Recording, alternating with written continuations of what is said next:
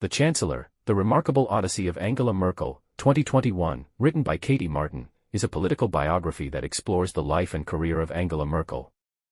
The book was released shortly after Merkel stepped down from her role as Chancellor of Germany, a position she held for 16 years, from 2005 to 2021.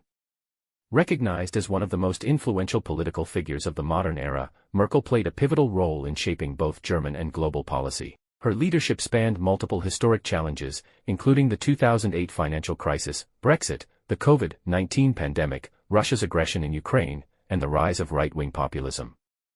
Martin's biography offers an in-depth examination of Merkel's legacy and personal journey. To fully grasp the significance of Merkel's time in office, it's important to consider the historical developments that shaped post-World War II Germany. Following Germany's defeat in World War II and the collapse of the Nazi regime, the country was divided into 4 zones, each controlled by one of the Allied powers, the United States, the United Kingdom, France, and the Soviet Union. In 1949, the 3 Western-controlled zones combined to form the Federal Republic of Germany, FRG, a democratic and capitalist state. Meanwhile, the Soviet-occupied zone became the German Democratic Republic, GDR, which followed the Soviet model of communism. These 2 Germanys developed along starkly different political and economic lines. The FRG, with Bonn as its capital, became a prosperous Western democracy and a key NATO member, while the GDR, centered in East Berlin, was defined by strict government control and limited freedoms. The Berlin Wall, erected in 1961, came to symbolize this deep ideological divide during the Cold War. In November 1989, the Berlin Wall fell, a turning point that ended the Cold War and triggered a wave of political change throughout Eastern Europe.